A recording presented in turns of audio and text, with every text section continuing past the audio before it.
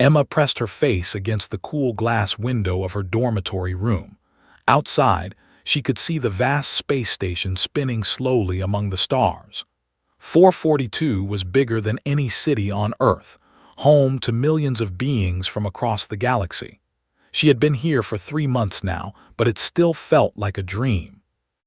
The 8-year-old girl picked up her data pad and checked her schedule. Advanced Xenobiology was her first class today.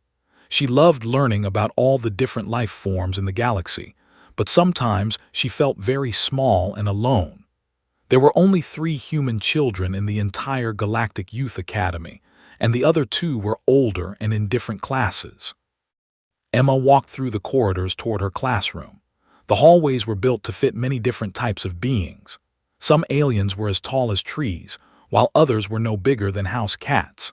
She passed a group of students who looked like walking elephants with 6 legs. They moved slowly and spoke in deep, rumbling voices. Near the cafeteria, she saw some students clicking and chirping at each other. They looked like giant insects but were very smart and could solve math problems faster than computers. When Emma reached her classroom, she took her usual seat in the middle row. The desks could change shape to fit different body types, which was pretty amazing. Around her, other students were settling in for the lesson. "Good morning, class," said Professor as he floated into the room. He looked like a huge whale with arms and could breathe both air and water. His voice was deep and kind, like the sound of ocean waves. "Today we will study predator and prey relationships on different worlds." Emma's hand shot up immediately. She loved this topic because Earth had so many interesting examples. "Yes, Emma," Professor said with a gentle smile. "On Earth, we have these animals called wolves that hunt in packs. They work together to catch much bigger animals like deer or elk, and we have sharks in our oceans that can sense blood from miles away." Some of the other students turned to look at her with strange expressions. A student named Crystalline made light patterns with her crystal body that Emma knew meant confusion or worry. "Fascinating," Professor said. "Your planet seems to have many dangerous creatures." A student named Peaceful Grazer spoke up in his slow, deep voice. "Professor, why do humans come from such a violent world? Most civilized planets have evolved past such primitive hunting." Emma felt her cheeks turn red. She noticed other students nodding in agreement.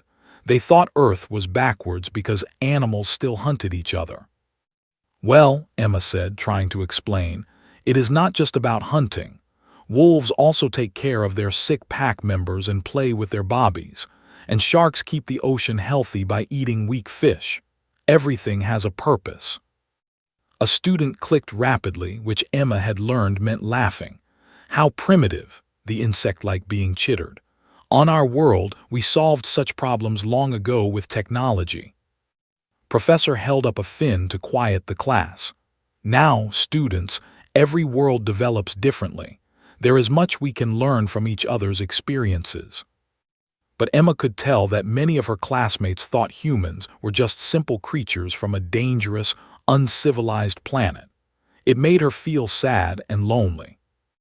The lesson continued with examples from other worlds. The hegemony students talked about their peaceful home planet where all conflicts had been solved through logic and law. The ethereal students shared stories of their gas giant world where beings floated through clouds and never needed to compete for food. When it was time for examples of prey animals, Emma raised her hand again. "On Earth, we have these animals called rabbits. They are very fast and can change direction quickly to escape from foxes and other predators, and deer can jump very high and run through thick forests." "It sounds like your world is full of fear," said a hegemony student with a sniff. "On our planet, such terror has been eliminated." Emma wanted to explain that it was not just about fear. Earth's animals were also beautiful and clever and brave. But she could see that her classmates had already made up their minds about humans and their primitive world. After class, Emma walked alone to the cafeteria. She got her lunch and sat by herself at a small table. Around her, other students sat in groups with their own species. The shared plant-based meals and spoke in their rumbling language. They ate some kind of sweet liquid and clicked excitedly to each other. They absorbed light energy through their crystal bodies while sharing colorful light patterns. Emma ate her sandwich quietly and thought about home. She missed her parents and her dog Buddy. She missed the smell of rain and the sound of birds singing in the morning. Here on the space station, everything was clean and perfect, but it felt cold sometimes. Emma, Professor's voice interrupted her thoughts. He was floating nearby with a kind expression. How are you adjusting to life here? It is okay, Emma said, not wanting to complain. The classes are really interesting. But, Professor asked gently. Emma looked down at her sandwich. Sometimes I think the other students believe humans are not very smart or advanced, like we are still cave people or something. Professor was quiet for a moment. Then he said, You know, Emma, I have been teaching for over 200 years. I have seen many species join our galactic community. Each one brings something special and unique.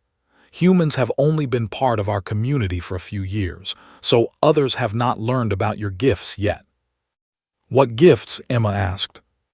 That, Professor said with a mysterious smile, is something you will discover for yourself. That afternoon, Emma received a message on her data pad. There would be a new student joining their advanced xenobiology class tomorrow. Emma hoped it would be another human child, but she knew that was unlikely. Still, maybe this new student would be friendlier than some of the others. As Emma prepared for bed that night, she looked out her window at the stars again.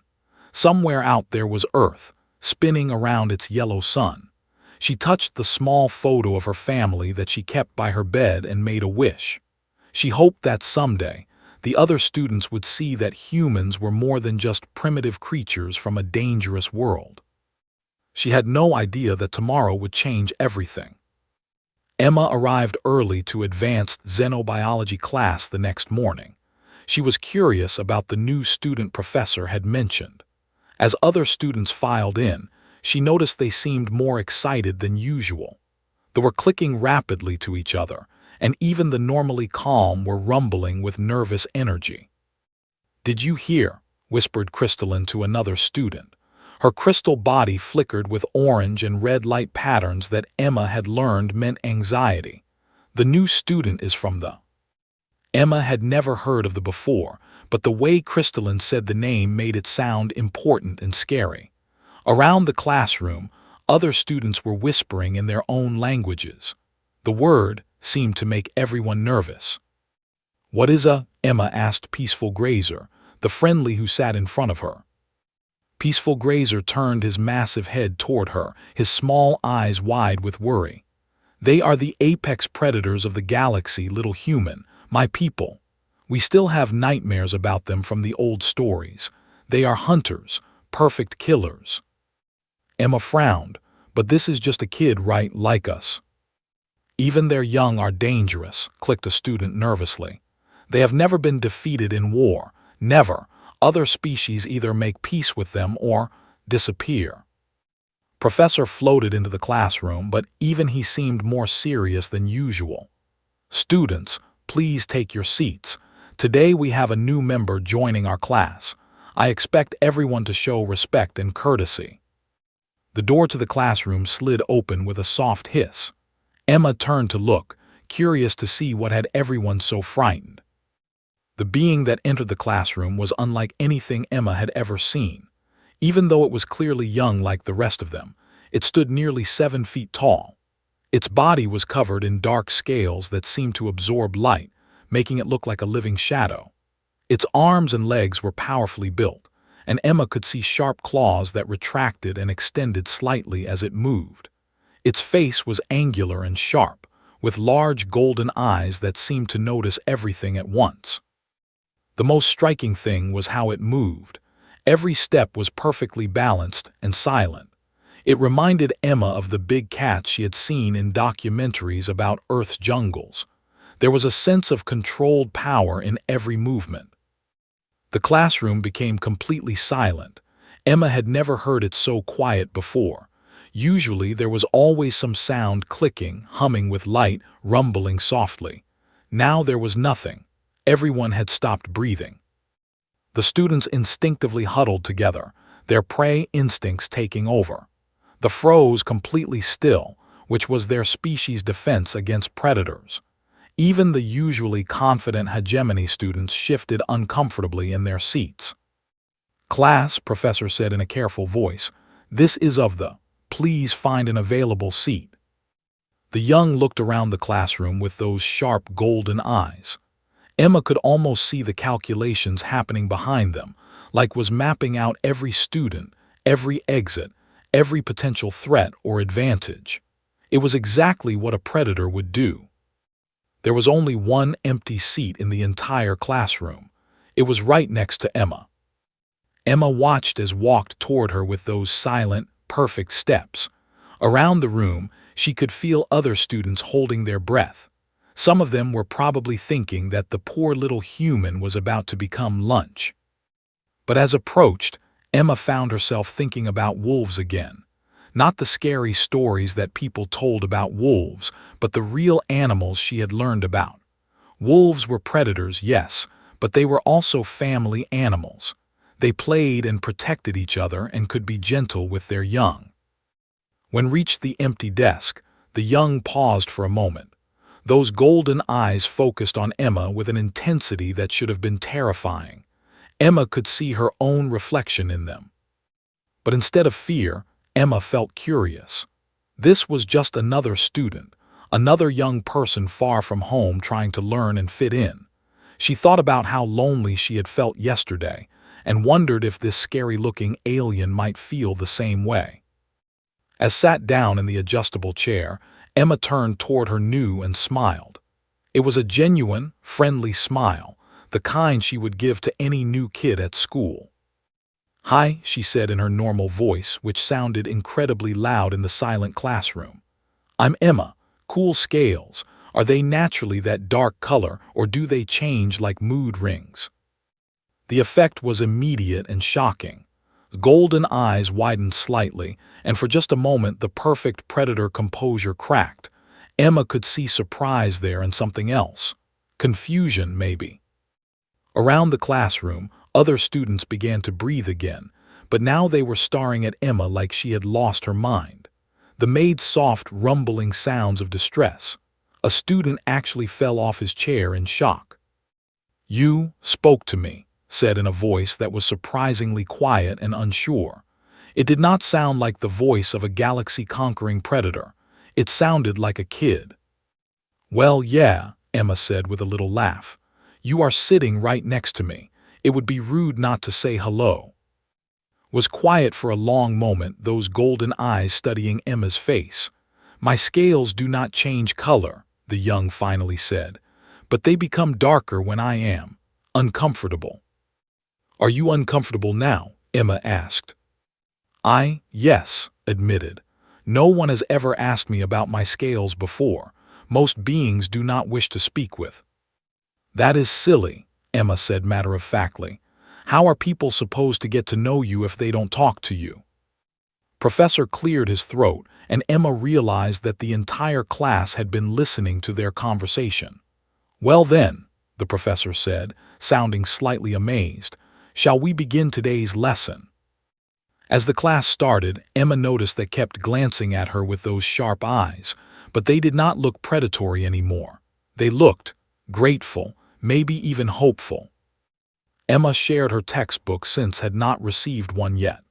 When the young's clawed hand accidentally brushed against hers while turning a page, Emma didn't flinch or pull away.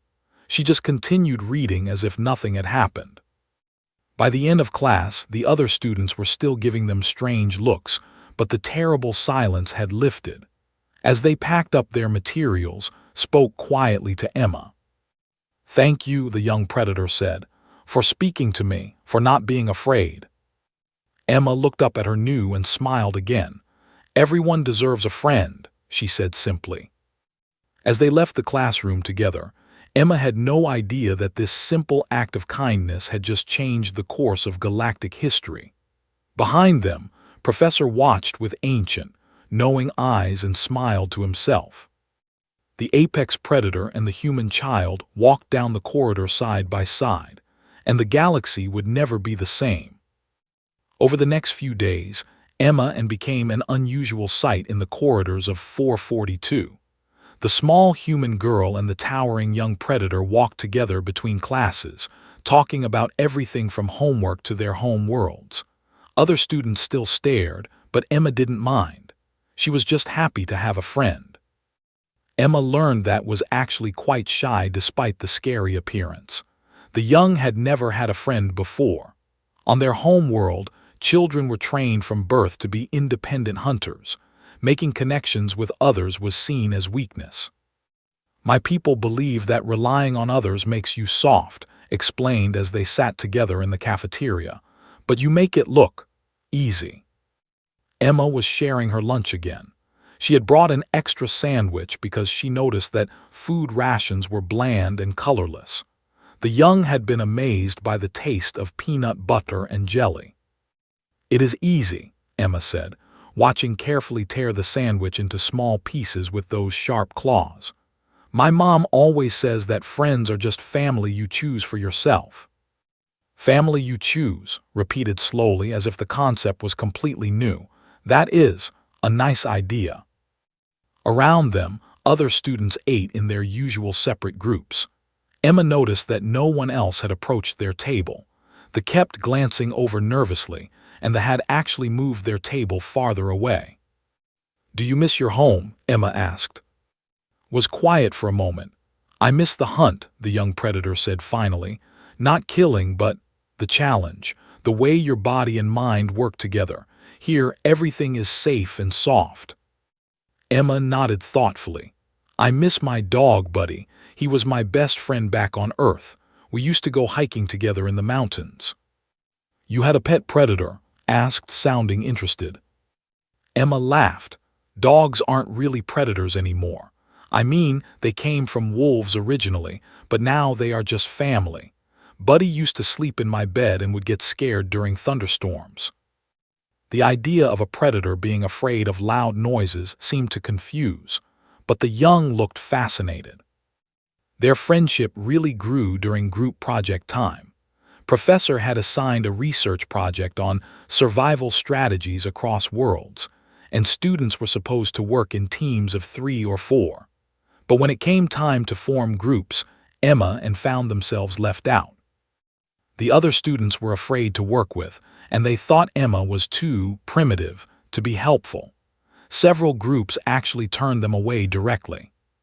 "Fine," Emma said, crossing her arms. "We will be our own team, just the two of us." "Is that allowed?" asked. Professor said teams, not how big they had to be, Emma replied with determination. Their research turned out to be incredible. When Emma started talking about Earth's environment, realized that their home worlds had amazing similarities. Both planets had high gravity that made their inhabitants strong. Both had dangerous weather that required quick thinking and adaptation. Both had predators and prey that had evolved together in a complex dance of survival. "Look at this," Emma said, showing information about Earth's pack hunters.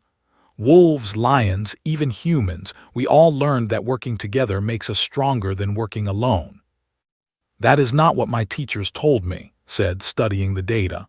"They said cooperation was weakness." "Maybe they were wrong," Emma suggested gently. As they worked together, other students began to notice something strange. The human and the made a good team. Emma's creative thinking combined with analytical mind produced insights that neither could have reached alone. But not everyone was happy about their friendship. One afternoon, as Emma were leaving the library with their research materials, they were stopped by a group of older students from the hegemony species. These students were bigger and older, probably 12 or 13 years old. "Well, well," said the leader, a tall hegemony with pale blue skin and cold silver eyes. "Look what we have here, the little primitive girl and her pet monster." Emma felt tense beside her, but she stepped forward. "We are not bothering anyone. Please leave us alone." "Oh, we can't do that," the hegemony student said with a cruel smile. You see, it is our duty to maintain order and civilization, and it is not civilized for prey species to consort with killers.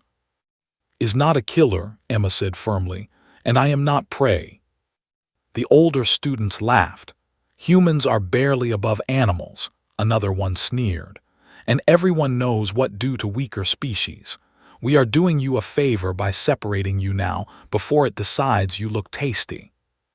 Emma felt anger building in her chest. These bullies were being mean to her friend, and she didn't like it one bit. Has been nothing but kind to me. You are the ones acting like animals. The lead hegemony student's face darkened. You need to learn some respect, little human. He stepped forward and grabbed Emma's arm roughly. Maybe some time in detention will teach you proper behavior. Emma looked down at the hand on her arm, then back up at the bully's face. Something cold and determined settled in her mind. She had seen this look before, in documentaries about predators protecting their territory or family. Let go of me. Now, she said in a voice that was quiet but carried a sharp edge. But the real surprise was, the young, who had been trained from birth to be a solitary hunter, suddenly moved between Emma and the older students. Those golden eyes were blazing with something that made even the hegemony student step back. Remove your hand from her, said in a voice that was no longer shy or uncertain. It was the voice of an apex predator, and it carried a promise of violence that made everyone's survival instincts scream warnings. This is none of your business, monster, the lead bully said, but his voice was not as confident as before. You made it my business when you touched my friend, replied, taking another step forward. My people have a saying, those who threaten our pack become prey. The word pack seemed to hang in the air like a challenge. Emma felt a strange pride hearing claim her as family. Before the situation could escalate further, Professor's voice boomed through the corridor. What is happening here?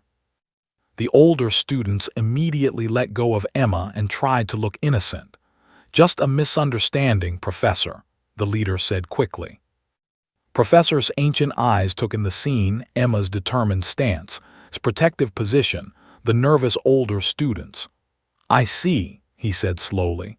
Perhaps this misunderstanding should be discussed with your respective instructors. As the hegemony students hurried away, shooting angry looks over their shoulders, Professor turned to Emma and, Are you both unharmed? Yes, Professor, Emma said. Thank you for stopping them. I did not stop anything, the old professor said with a mysterious smile. I merely arrived at an interesting moment. Walk with me. As they headed back toward their dormitory section, Professor asked, What have you learned from your research project? Emma and exchanged glances. We learned that our worlds are more similar than different, Emma said. And we learned that cooperation might not be weakness after all, added quietly. Professor nodded approvingly. Excellent discoveries. I believe your presentation will be quite enlightening for the class.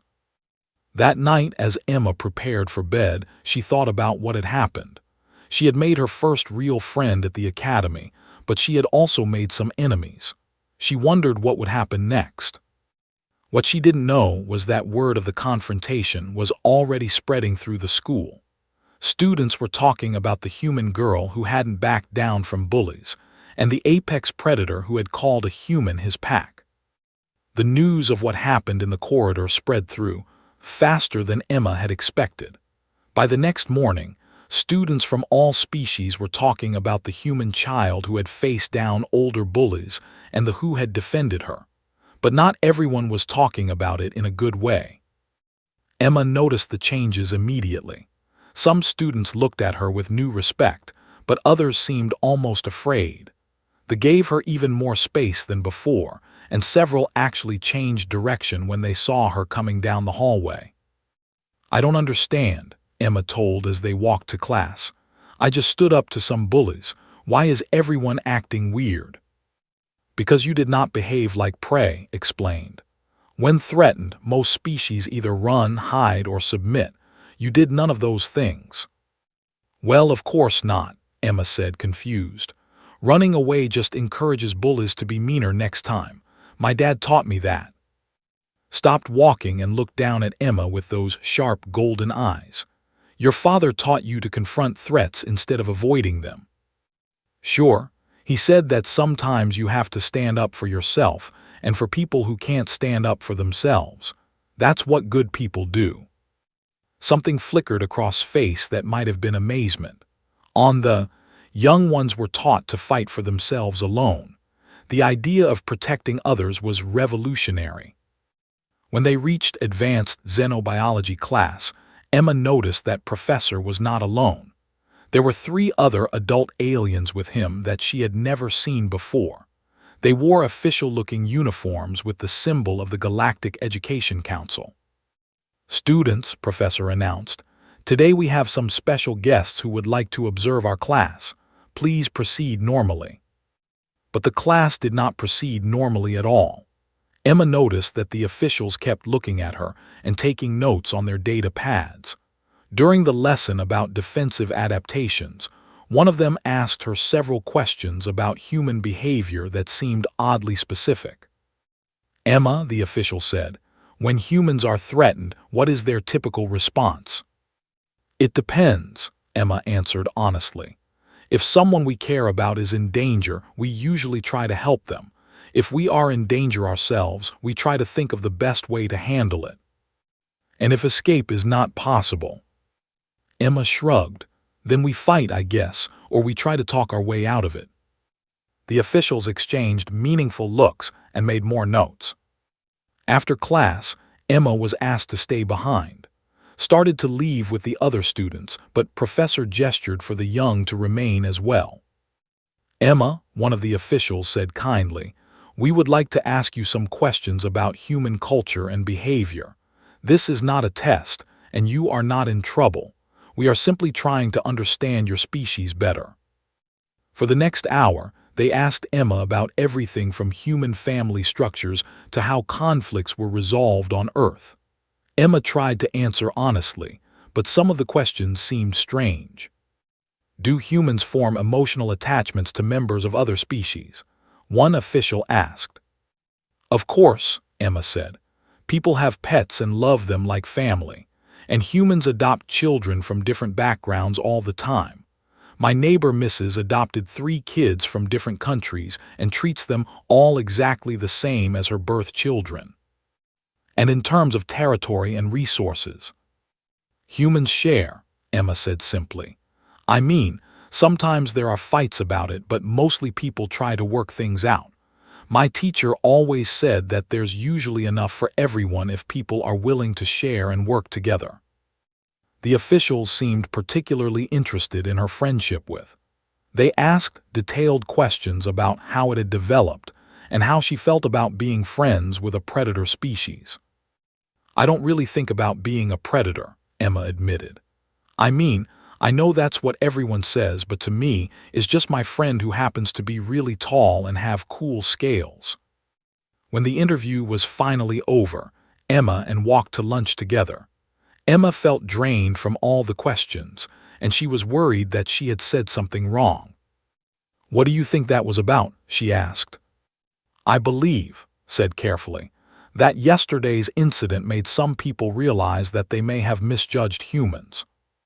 3 days later, the results of the investigation were announced. Professor called Emma into his office and showed her a data pad with the official report. The title made Emma's eyes widen. Revised Psychological Profile, Homo A Reassessment. What does it say? Emma asked nervously. Professor's expression was serious but not unkind. It says, my dear child, that the galaxy has been making a very big mistake about humans. The report was full of complicated words and scientific terms, but Professor explained it in simpler language. The investigation had revealed that humans did not fit the standard predator-prey classifications that most species followed. Most species in the galaxy evolved along predictable lines, Professor explained. They became either predators, who hunt alone and compete with others, or prey species, who run from danger and live in peaceful groups. But humans appear to be something different entirely. Emma leaned forward, fascinated despite her nervousness. Humans are pack hunters, Professor continued, like wolves or lions on your world. But more than that, you have an unusual ability to form pack bonds with almost any species. You don't just see other humans as your family, you can adopt anyone or anything as part of your group. Is that bad? Emma asked. Professor was quiet for a moment. That depends on your perspective. For species who value peace and stability, the idea of beings who can turn anyone into family and will fight to protect them is concerning. Emma thought about this. But that's not bad, is it? I mean, wanting to protect your family. No, child. But consider this. Humans don't just have weapons, they have nuclear weapons. They don't just form alliances, they form families. And as yesterday showed, humans will face down threats much larger than themselves to protect those families. The implications of this began to sink in. Emma had always thought of herself as just a regular kid, maybe smaller and weaker than most aliens. But the report suggested that humans might actually be one of the most dangerous species in the galaxy, not because they were aggressive, but because they were loyal. What happens now? Emma asked. Now, Professor said, the galaxy has to decide what to do with this new information about your species. That evening, Emma sat in her room thinking about the report. She looked at the photo of her family and thought about all the beings she had started to care about here at the academy.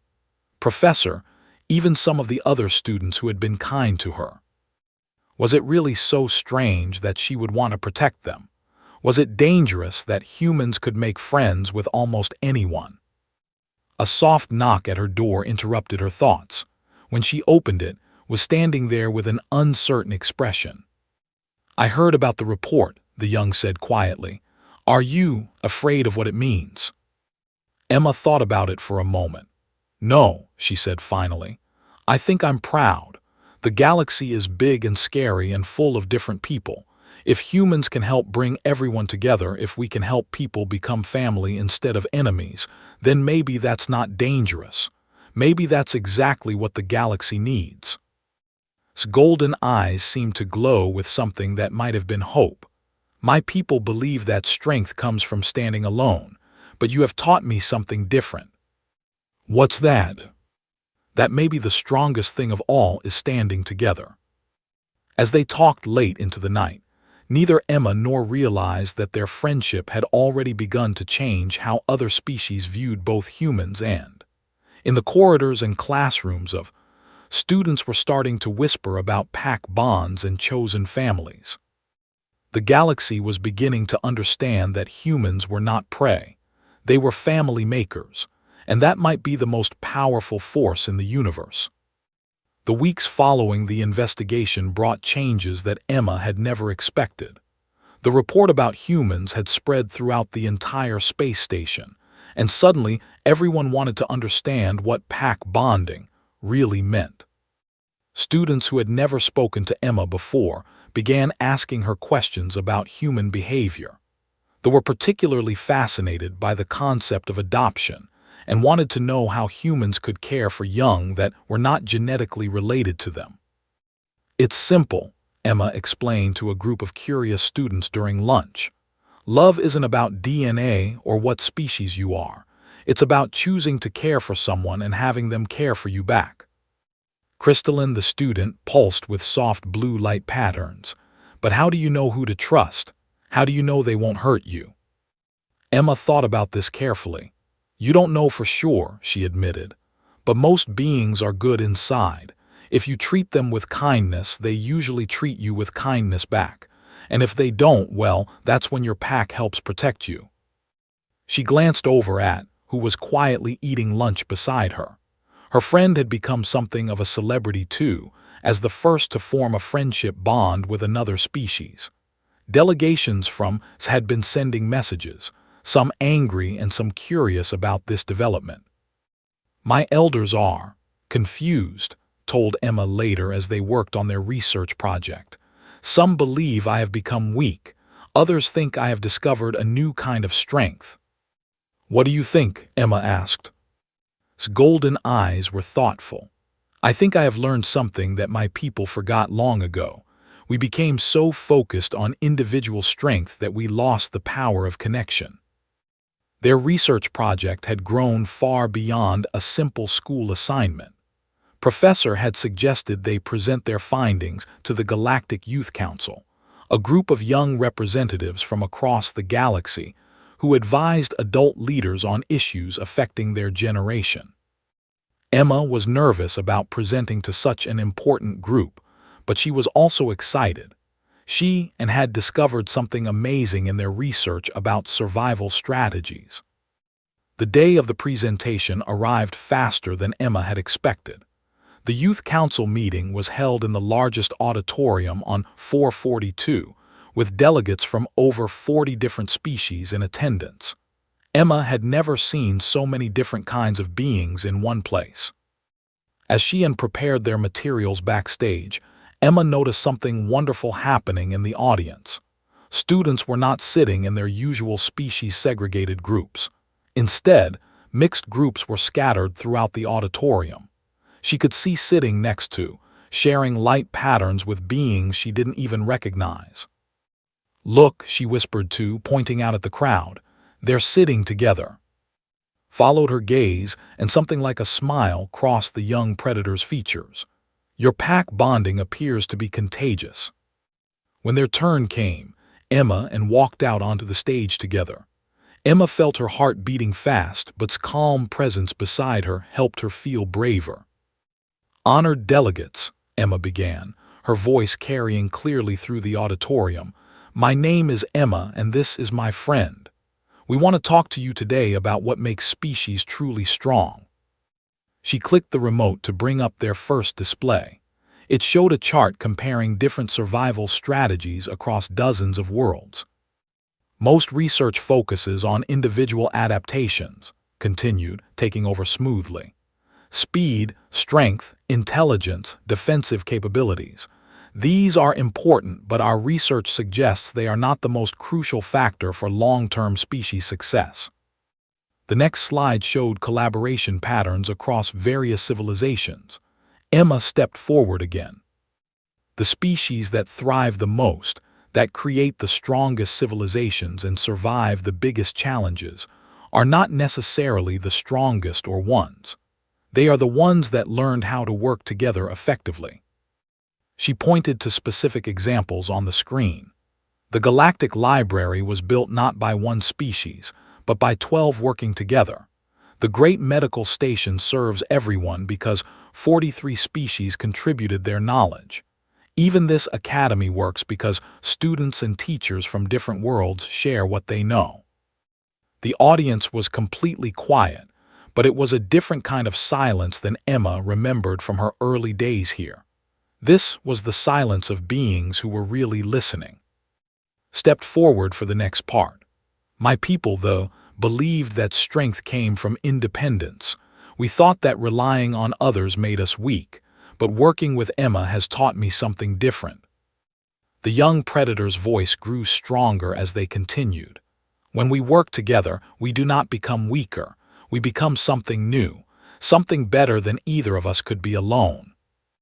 Emma smiled and took over again. Humans have a saying, the whole is greater than the sum of its parts. What we learned is that this applies to friendships, to alliances, and to entire galactic communities. Their final slide was simple but powerful. It showed a picture of their own classroom, with students from a dozen different species working together on projects, eating lunch together, and learning from each other. 6 months ago, Emma said, our classroom was divided by fear and misunderstanding. Each species stayed separate, believing that the others were too different to connect with. But when we started working together, something amazing happened. Nodded, we discovered that our differences made us stronger, not weaker.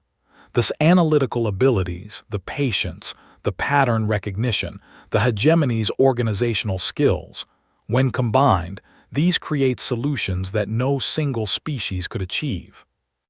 Emma looked out at the audience, seeing young beings from across the galaxy listening intently. The galaxy has been looking for unity for thousands of years. Everyone thought it would come from finding the most advanced species, or the strongest, but maybe unity doesn't come from one species leading all the others. Maybe, concluded, unity comes from all of us choosing to be one big family. The applause started slowly, with just a few beings clapping, but it grew and grew until the entire auditorium was filled with sounds of approval in dozens of different languages and communication methods.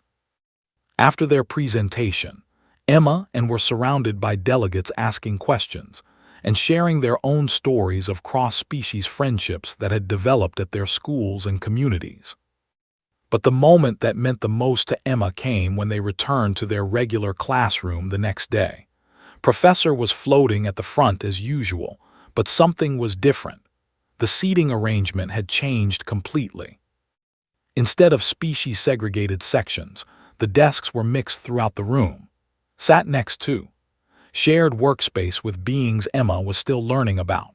The hegemony students who had bullied her weeks ago were working collaboratively with a group that included 2 exchange students who had arrived after hearing about successful integration. "Welcome back, Emma and Professor said with a warm smile. "As you can see, your presentation has inspired some changes in our classroom dynamic." Emma looked around in amazement. The room buzzed with conversations in multiple languages, with students helping each other with translation and sharing different perspectives on the lesson materials. Peaceful Grazer, the gentle, turned to Emma with his slow, warm smile. "Thank you, small human, for teaching us that different does not mean dangerous." Crystalline's crystal body pulsed with happy golden light. "You showed us that friendship is not about being the same. It is about choosing to understand each other." Even some of the older hegemony students who had bullied them approached after class. Their leader, looking embarrassed, spoke quietly to Emma and, "We were wrong," he admitted. "We thought keeping species separate meant keeping peace, but watching everyone work together these past weeks, we see now that we were the ones causing problems." As the days passed, word of their presentation spread beyond just their school. Adult leaders from various species requested copies of their research. Some governments began implementing exchange programs similar to what they had witnessed at the academy. Emma's parents sent her a message saying that Earth had received several diplomatic invitations from species that had previously shown little interest in human civilization. Shared that the Council of Elders was considering allowing more young to attend multi-species educational institutions. One evening, as Emma and sat in their favorite spot by the observation deck watching the stars, Emma reflected on how much had changed since that first day when had sat down beside her. "Do you think we really changed anything important?" she asked her friend. Was quiet for a moment, those sharp golden eyes thoughtful. "I think," the young predator said slowly, "that we proved something the galaxy had forgotten, that the scariest beings in the universe are not the strongest predators or the most advanced civilizations."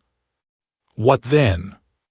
"The scariest beings," said with something that was definitely a smile, "are the ones who can look at any stranger and see a potential family member, who can turn enemies into friends and make anyone feel like they belong." Emma laughed. "That doesn't sound scary at all." "Exactly," replied. "That is what makes it so powerful."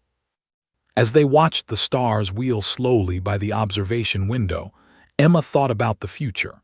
She thought about all the species in the galaxy learning to work together, to see each other as family rather than as threats or strangers. The classroom that had once fallen silent in fear now buzzed with the excited chatter of dozens of species, all centered around the simple idea that everyone deserves a friend. And at the heart of it all was a small human girl who had looked at the galaxy's most feared predator and decided to say hello. The galaxy would never be the same, and Emma couldn't have been happier about it.